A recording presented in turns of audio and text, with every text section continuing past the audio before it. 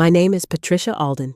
I'm 69 years old, and last October, my daughter had me sign paperwork she called just a formality, paperwork that quietly transferred my house into her name.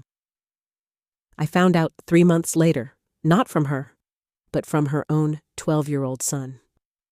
What that boy did with an envelope he wasn't supposed to touch is the reason my daughter and I haven't spoken the same way since. I raised my daughter, Melissa, as a single mother after her father left when she was 4. I worked 28 years as a dental hygienist to buy the house on Cobalt Street outright in 2001, the same year Melissa started high school.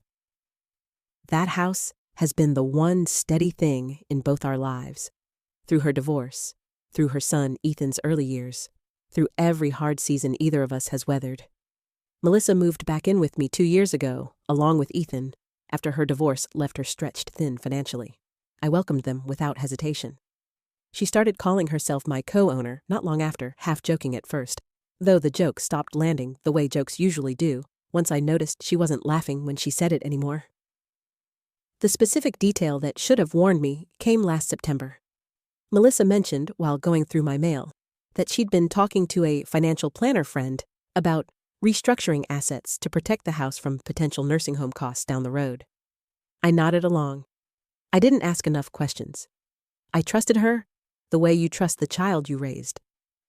2 weeks later, she handed me a stack of papers at the kitchen table and asked me to sign where she'd flagged with yellow tabs, telling me it was just a formality for the asset protection plan we'd discussed. I signed without reading every page carefully. My eyes aren't what they used to be, and I trusted my own daughter more than I trusted my need for reading glasses. I didn't find out what those papers actually did until 3 months later, and not from her. It was a Wednesday afternoon in January. Ethan, who was 12 at the time, came into the kitchen holding an envelope he'd found while looking for tape in the junk drawer of Melissa's desk. "Grandma, why does this say Mom owns the house now?" I set down my coffee cup very carefully. "What did you say?" He handed me the envelope. Inside was a copy of a recorded quitclaim deed, dated October 3rd, transferring full ownership of my house from me to Melissa, filed with the county recorder's office. My signature was on it, the signature I'd given at that kitchen table, believing I was protecting my home, not surrendering it. I found Melissa in the living room and held up the deed.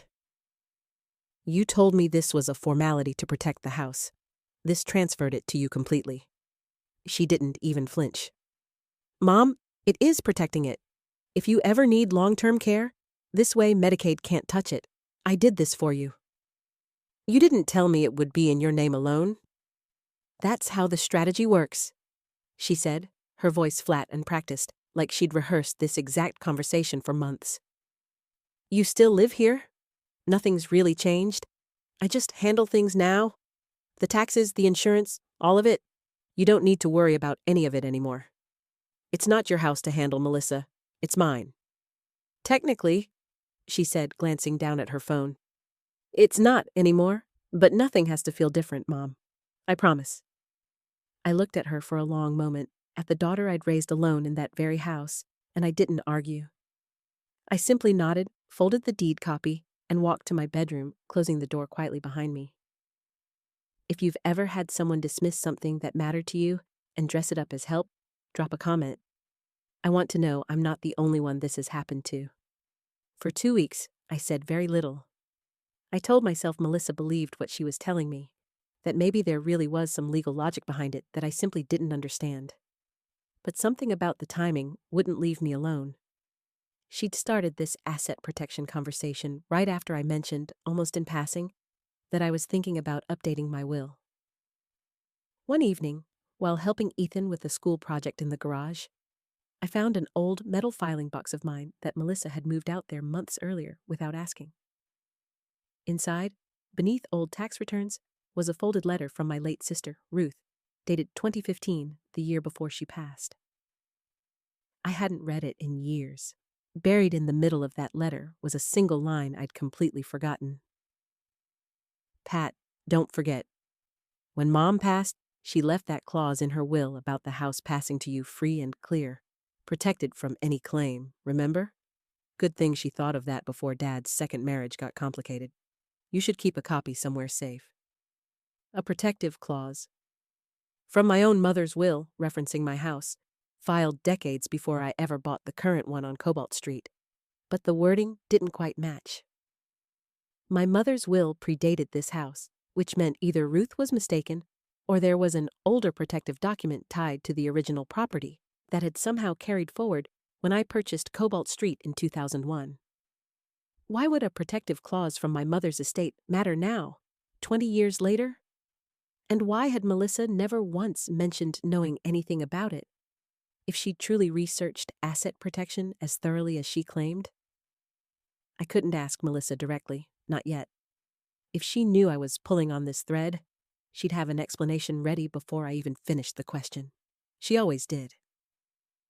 So I called my late sister's daughter, my niece Rachel, who had helped settle my mother's estate back in 2016 and still had boxes of paperwork in her attic. I asked her, casually, if she remembered anything about a protective clause tied to my mother's property. Rachel went quiet for a moment. Aunt Pat, are you talking about the family trust Grandma set up? The one that was supposed to roll over into whatever property you bought next, as long as you filed the continuation paperwork within the transfer window? I had never heard those words before in my life. Rachel found the original 1998 trust document within a week and mailed me a copy. It named a specific protection. Any home I purchased as my primary residence within 10 years of my mother's passing would be automatically shielded under the trust's asset protection terms, provided I filed a continuation notice with the county, something my mother's own estate attorney had apparently done on my behalf back in 2001, the same year I bought the house on Cobalt Street, without me ever fully understanding what that quiet paperwork meant. I brought everything to an estate attorney named Howard Lynn, recommended by Rachel, on February 9th. I brought the quitclaim deed Melissa had me sign, the trust document, and Ruth's old letter. Howard read through all of it slowly. Then he looked up. Mrs. Alden, he said, if this continuation filing is valid, and it looks like it is, your house may have been protected under an irrevocable trust structure since 2001, which would mean the quitclaim deed your daughter had you sign in October may not have been legally capable of transferring the property at all. If you're the person who quietly digs for the truth in your own family too, who doesn't yell, doesn't accuse, just goes and finds the paperwork, hit subscribe. This channel is for people like us. Howard's investigation took 12 days. He confirmed with the county recorder's office that the 2001 continuation filing was, in fact, on record, and that it predated and legally superseded any subsequent transfer attempt on the property, meaning the October quitclaim deed Melissa filed was void from the moment it was recorded. But the real gut punch came from something else entirely. Something Howard found while reviewing the notary records attached to October's paperwork. Mrs. Alden, he said, sitting across from me on February 21st. The notary log shows your daughter scheduled this signing on September 19th, 2 full weeks before she ever mentioned asset protection to you. And there's a second name on the notary's client list that day, filed just before yours. Melissa Alden, individually, opening a home equity line of credit against this property, contingent on the transfer completing. She hadn't been protecting the house from Medicaid. She'd been planning to borrow against it the moment it was hers, for $95,000, according to the pending application Howard later confirmed with the lender. The dismissal in the living room, nothing has to feel different, Mom, I promise, hadn't been reassurance. It had been damage control, delivered by someone who already knew exactly how different things were about to become, and exactly how much money was riding on me, never finding out until it was too late. I asked Melissa to sit down with me the following Sunday, at the same kitchen table where she'd first slid those yellow-tabbed papers toward me. You applied for a loan against this house before you ever told me about the transfer? I said, sliding Howard's findings across the table. Her face went pale. Mom, I was going to tell you eventually. Eventually, after the money was already in your account. It wasn't like that. It was exactly like that, I said, calm, steady. And it doesn't even matter now, Melissa.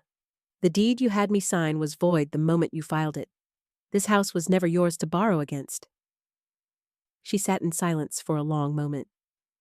Ethan wasn't supposed to find that envelope? No, I said. He wasn't supposed to, but I'm glad he did. The house remains fully mine, protected exactly the way my mother quietly arranged decades before either Melissa or I ever understood we might need it. Melissa withdrew her loan application on February 25th, 4 days after Howard's findings came through. Melissa and I still live under the same roof, though something between us has shifted permanently. She's more careful now, more honest about what she needs instead of maneuvering around what she wants. I don't know if that will ever fully rebuild the trust that cracked at that kitchen table, and I've made peace with not needing it to happen quickly. What stays with me isn't the money, or even the deed. It's realizing how close I came to losing my home simply because I trusted the wrong explanation instead of asking one more question. And how it took a 12-year-old's honesty to hand me back what quiet paperwork had almost taken away. Thank you for sitting with my story today. If someone in your life has ever asked you to sign something as a formality, I'd like to hear what you did next.